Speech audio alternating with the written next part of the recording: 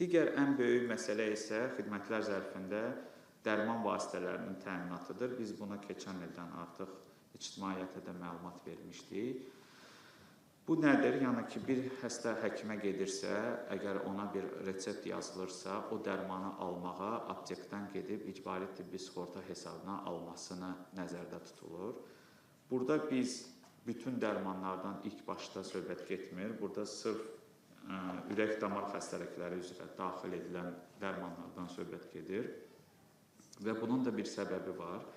Ümumiyyətlə, mən bunu qeyd etmək istərdim ki, bu dərman vasitələrinin təminata alınması böyük bir prosesdir. Yəni, burada həm tibb müəssisələri, apteklar, icbari tibbi sığorta, bunun maliyyələşməsi, bunun arxasında duran böyük bir infrastruktur, elektron sistem, bir sistemi, bunlar hamısı sanki icbari tibbi sığortanın ölkədə tətbiqinə bərabər bir şeydir. Yəni, necə ki, biz xidmətlər zərfini ölkədə tibbi xidmətləri 2017-ci ildə pilot şəklində başlayıb və mərhələli şəkildə artıq bütün ölkə üzrə tətbiq elədik. Bu dərman təminatı da ona bərabər bir şeydir və böyük bir vəsait də eyni zamanda bu tələb edən bir məsələdir.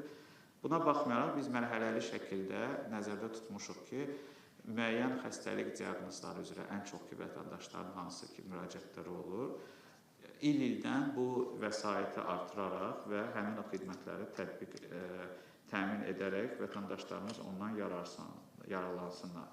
Və bunu biz artıq bir neçə ilə daha geniş şəkildə tətbiq edə bilsək, o zaman vətəndaşların cibindən xərclədiyi dərmanlara vəsaitlər də azalacaq və o şəkildə onların məmnuniyyəti artacaq və əlçatanlıq da dərmana olduğuna görə, ola bilər hansısa vətəndaşın imkanı olmur ki, dərman almağa. Əlçatanlığı təmin etdikdən sonra onlar daha tez sağlamlıqlarına qovuşacaqlar.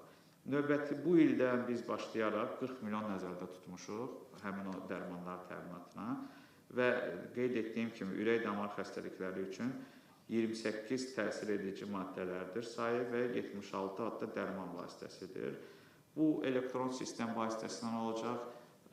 Sadə dildə desək, yəni bir vətəndaş bu xəstəliklə bağlı həkimə müraciət etdikdə ona elektron resept şəklində resept yazılacaq və istənilən aptek şəbəkəsinə yaxınlaşaraq elektron sistem üzərindən onun fini adı yoxlanılacaq və əgər o resept sistemdə aktivdirsə, o zaman həmin vətəndaşa həmin dərman veriləcək.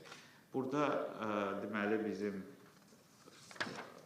pozitiv siyahı var, hansı ki, hansı dərmanlar məhz tibbi sığortanın təminatına düşəcək və o dərmanlar da tibbi sığorta tərəfindən qarşılanacaq. Ola bilər bu dərmanın daha güclü birisi və yaxud da bir brend adında olan bir dərman aptekdə olsun, o zaman vətəndaş onu istəsə əldə etmək, fərqini ödəyərək o dərmanı da əldə edə biləcək.